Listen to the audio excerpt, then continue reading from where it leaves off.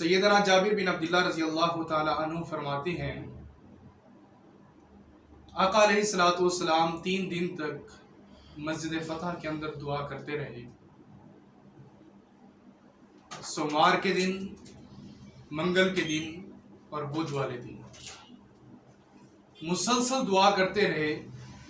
सैयदना जाबिर बिन अब्दुल्लाह रज़ी अल्लाह ताला अन्हु फरमाते हैं, मैंने अचानक देखा बुध वाले दिन ज़ोहर की नमाज पढ़ाकर नबी अलैहिस्सलातु वस्सलाम फारिग हुए तो आप अलैहिस्सलातु वस्सलाम के चेहरा मुबारक पर मैंने खुशी के आसार देखे।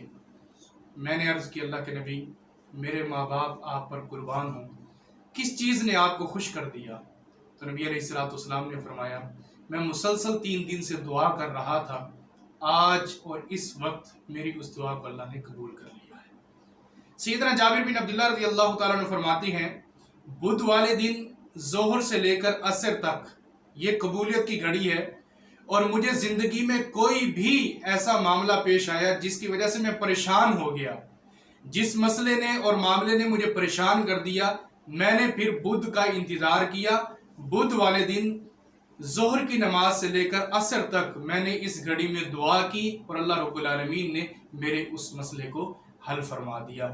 बुध वाले दिन ज़ोहर की नमाज से लेकर असर तक ये कबूलियत की घड़ी है।